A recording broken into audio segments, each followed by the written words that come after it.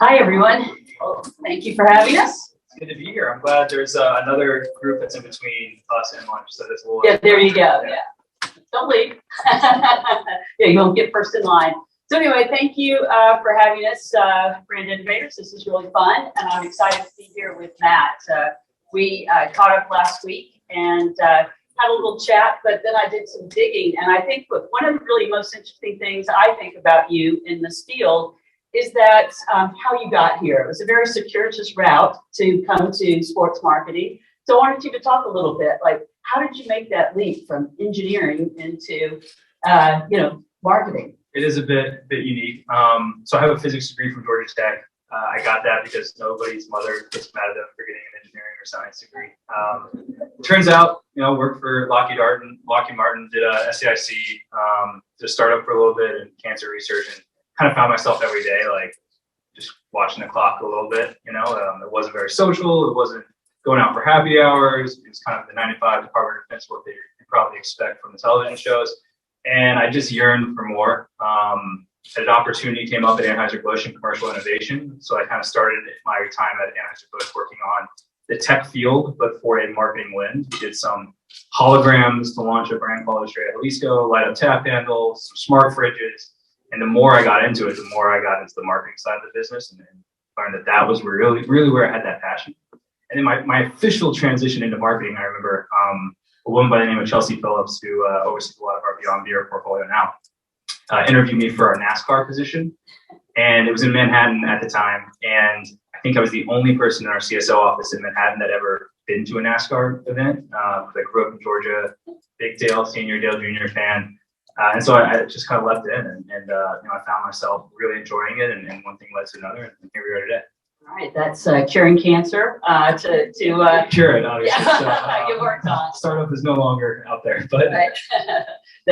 That's great though. But thanks for that, because I do think that's very interesting. I think that bringing a unique perspective to a career really helps get the creative juices started. The light up tap handles, and how that has kind of helped propel some of your portfolios. So I think that 2022, the Super Bowl, that's also really interesting. You guys set out last year, and so that was under your watch, and now you're back. Was that after 35, 37 years? So you set out, you kind of really focused on back to more of a medical kind of trying to look at COVID and vaccines and putting money towards that.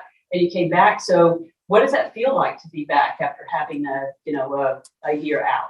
Yeah, so the Budweiser brand, it's historic. When people tie the Clydesdales to the Super Bowl every single year. And even when Budweiser has an ad that doesn't have the Clydesdales in it, people let you know that they want the horses back. Where are the horses? Where are the puppies? And so Budweiser sat out last year, right? It was the first time in over 3 decades that they didn't participate in a big game, and they put it towards vaccine research. And I think, it gets back to what is Budweiser really trying to stand for in these messages. And what Budweiser really stands for is the best of America in a lot of respects, right? So when COVID happened, as another example, the first thing we did with the Budweiser brand is that all the money we were planning to spend behind our sports and partnerships and marketing, we pretty much just gave to the Red Cross to help operate a need that they had, which is turning a lot of the sports venues across America into blood donation sites. And so I think, there was an extension of that in some manner of saying, how can we use this opportunity for something that America needs maybe a little bit more at this time, and use a brand that people trust and respect, and kind of carry some of that weight behind it to do so. Being back obviously feels amazing. Having the Clydesdales back in a big game, I think is something that everyone was eager for. We did the kind of teaser spot last weekend where you just saw the horses kind of feet galloping across, and it says we're back with the date, and kind of leave it as a teaser there. But I think when you look at something that's so purely American and what we stand for, and the optimism that kind of comes with it, and in the moment we are right now as a society and as a nation, kind of culminating right here in February with the spring and the summer around the corner, it's really a feel-good moment. And for us, this is kind of the big sporting event that I feel like a lot of the industry as a whole is back at, and it's kind of like a full circle moment for us.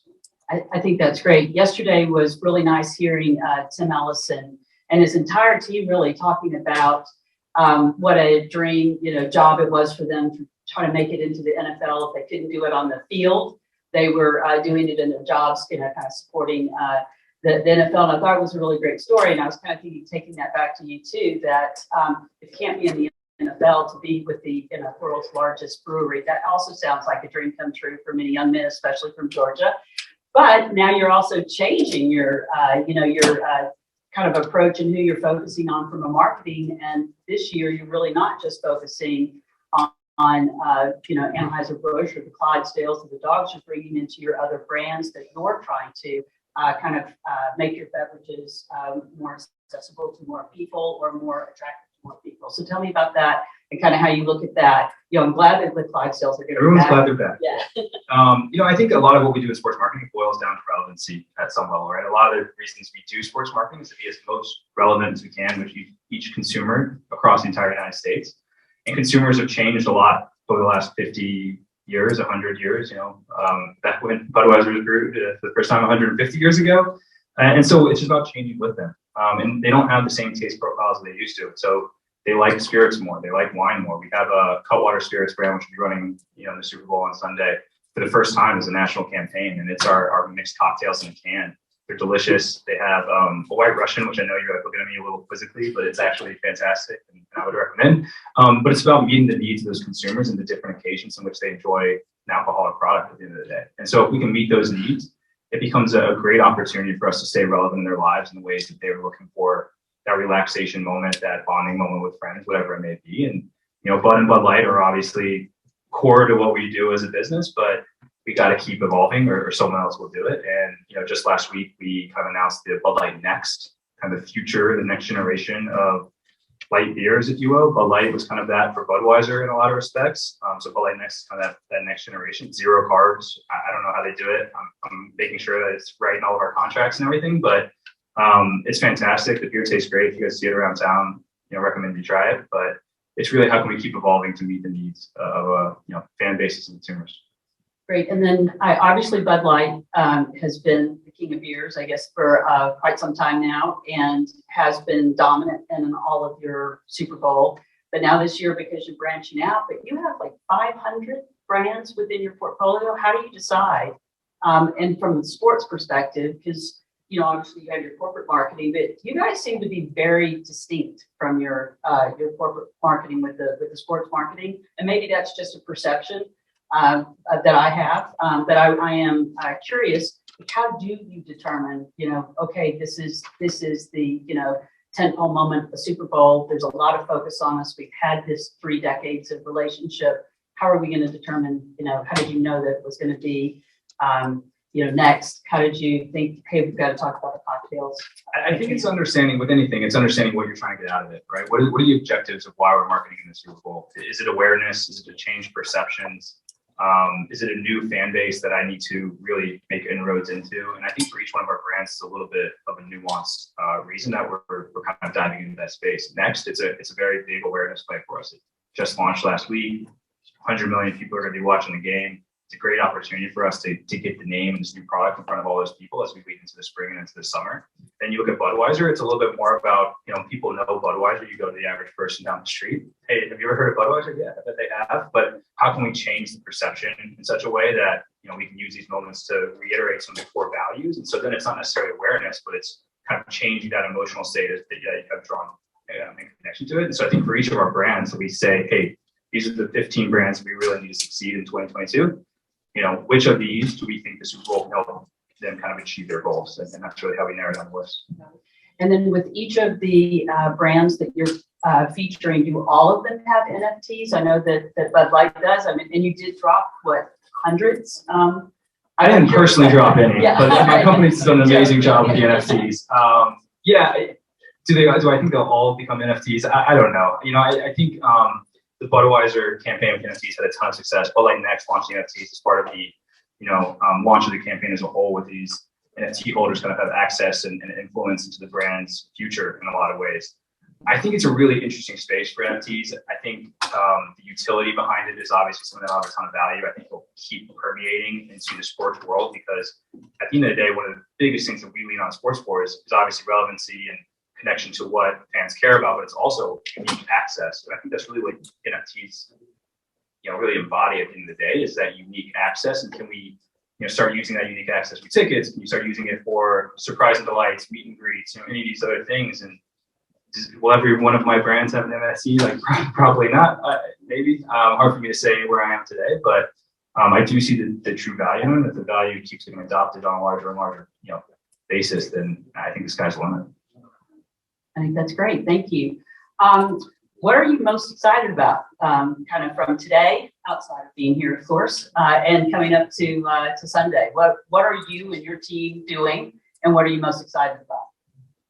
Well, we have like every wholesaler and retailer and senior leader from across the entire United States coming into LA, and I haven't had that like anxiety and excitement and just like energy that I felt, in 2.5 years. Saying, hey, we're going to be watching the All-Star game virtually this year doesn't really carry the same kind of weight as, having everyone in one hotel downtown walking to crypto.com for, the Bud Light Super Bowl Music Fest concerts. And I think for me, it's seeing a lot of the hard work that we put into the world firsthand being appreciated. I think that's part of the fulfillment in the job that maybe we didn't get as much of the last 2 years, is the firsthand appreciation for what teams put into the world, what our brands put into the world. You see the metrics, you see people talking about it on social, you see the influence that it has in sales, but you didn't get to see a lot of it firsthand, and that's really what I'm excited about, get back in person. You talked about the metrics, which is my business, so really understanding the kind of the measurement. How quickly do you start looking at the metrics that kind of help tell the success? Obviously, you have the sales data, but how do you tie that in, and how quickly does your team jump on that in terms of looking towards the next event or the next Super Bowl? Yeah, absolutely. I give a lot of credit to our, what we call draft line team and social listening team. We really started looking at the conversation around what we do in the Super Bowl immediately, live. As soon as it's happening, we're getting updates on what is the sentiment, what's the volume, and what is the conversation around it. And I think because we have that infrastructure, we call it newsroom in a lot of respects, right? It's like the newsroom feed. We have a WhatsApp across our entire company. Here's the kind of conversation. Our brands have gotten really good at jumping into those conversations. And we see that happen across the board. You'll see it happen Sunday. I don't know what they're going to hear and capitalize on that'll make it something special, but it happened just a few weeks ago, post-game when the Chiefs won. There was, celebrations with Michelob Ultra in the end zone, and there was this woman, Julie, who got kind of pinned behind a player, and she had this very memeable face, and we capitalized on it right away. Made T-shirts you could scan, and became a whole trending topic on its own, and it was a huge platform for Michelob Ultra. And so the first way for us to get to those moments is to evaluate it. So as soon as it happens, we have a newsroom that really taps into what are people talking about and how can we kind of dive into that relevancy as a brand. And from kind of the social aspect, you have a lot of influencers that will be in the stadium trying to capture some of those events for you. The NFL talked about that, but I was curious about, AB, how do you guys look at that in your influencers? Yeah, we have a whole influencer team. They do some amazing work. We kind of tier out the influencers. My team handles what I would say is like sports influencers, in a lot of respects, athletes at the end of the day. And then we have a full-on influencer team that maybe because of whatever the brand needed to achieve as part of that Super Bowl will help us hit that target, right? Maybe they're skew younger, skew more culturally diverse. They hit certain regions of the United States. And so how can we leverage them to get those markets and get those metrics that we need? And then from the athlete side, everyone from the talent that we have into the spot, as well as the athletes that we partner with year long, it's how can we get those people that are ambassadors for our brand to keep expounding on that message that we have. And you'll see a few of them in the stadium on Sunday. Okay, great. Now, what about the teams where you have sponsorships that didn't make it? I think I saw a few people in the room. I see a couple. Yeah. But how do you interact with the teams that next year they may be in this place? But how does that engagement work with you? I think winning the Super Bowl is amazing, right? But at the end of the day, I wouldn't know personally. I've heard it's great. And obviously, the teams that we partner with that win the Super Bowl, we have an entire offseason that we get to talk about it. We get obviously the game itself, the post celebration, the relevance that comes on a national level is amazing. That being said, the teams that don't win, which is every other team in the league, their fan bases are still just as engaged. And as soon as the Super Bowl is over, it's okay. Well, what about the draft? What about our schedule release? What about kickoff? And so I think for every piece of it, the Super Bowl is a moment in time. It's a huge moment in time. It's a very important, impactful moment in time. But there's several other moments in time that we need to do we've been working with these partners on and say, hey, your fan base still really care about these other moments, and how do we as a brand work with you to make these moments even better than what they would have been for those fans. And at the end of the day, I think we gotta remember we share that common goal, right? It's, hey, we both want to make your fans experience better. How can we do it as Bud Light, and how can you do it as, the Denver Broncos? And together we can make that moment the most impactful. That's great. Great answer. We only have a few more minutes, but I thought it would be nice, instead of me hogging all the questions, Matt's here. Anybody else have any questions for Matt? Wow. Easy bunch. Yeah. Come on, guys. No questions? I asked the big question, who is he rooting for? And he would not say, so. We love the Broncos. We love the Bengals. We love the Broncos. We love the Rams. We love them all. So we're very happy. Yeah, even better answer. Sorry, Bray. I'm looking right at you, man. How would you put your money where your mouth is when it comes to the key corporate values like DEI? Yeah, I appreciate that. It's a great question. There's a few initiatives I think we've done over the past several years that really tried to hone in on giving back to the community in a lot of levels. There's some national campaigns that we've done. Michelob Ultra recently made the commitment to women's sports as a whole, and how can we elevate that platform. If you see their spot that they just released, we have a lot of great women athletes, we have a lot of great male athletes, and 50 proportions to help make sure that there's equal prominence in the advertisements we're putting out. On a local level, we really try to work with teams. A few years ago, we launched what we call the incentive-based program. And really what it is that there's KPI signed to a contract. If the team achieves it, we see more value as a partner. And so we will pay more as part of that contract into the partner as well. And a lot of those KPIs that we have inside of contracts are based on T&I initiatives or local community efforts. And the reason we kind of have them flexible on team by team basis is that we like working with the team, say, what does your community need? What does your team partnership need? And how can we together help solve those problems as part of those collective incentives that bring both of us and your communities more value.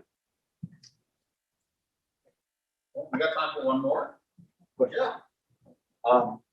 If you were investing in futures for a sport or a league 5 years from now, what's the one that we don't know about now that's going to be off the charts in 5 years? Wow, that's a good question. That you don't know about now that's going to be off the chart in 5 years. Pickleball. What's that? Pickleball. I hear pickleball a lot. It's up like 300% over the last few years. I think there's a huge opportunity for soccer in the United States. I know people probably all say that. I'm sure you've heard of soccer. I think the thing that's tough for soccer in the sports marketing world right now is that if you say, I'm a fan of baseball, people know you mean MLB. If you say you're a fan of football, people know you mean the NFL. If you say you're a fan of soccer, they're like EPL or La Liga or MLS or, Mexican national team, US national team. It's so fragmented. Not all of these are very important in their own right. But I think there's this passion for soccer that from a sports marketing collective, I haven't really seen anybody crack, ourselves included. And that's where I think a lot of our focus for the next 5 to 6 years will be. Anyone else? We got one last second for questions. All right. Well, that's it. Thank you.